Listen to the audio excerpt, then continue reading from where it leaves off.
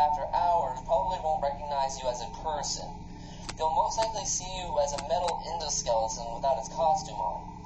Now, since that's against the rules here at Freddy Fazbear's Pizza, they'll probably try to forcefully stuff you inside of Freddy Fazbear's suit.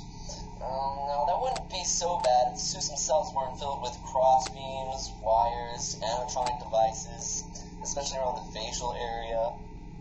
So you can imagine having your head forcibly pressed inside one of those would cause a bit of discomfort and death. But the only parts that you see the light of day again would be your eyeballs and teeth that pop out in front of the mask. Yeah, they don't tell you these things when you first sign up. But hey, your first week should be a breeze. I'll chat with you tomorrow.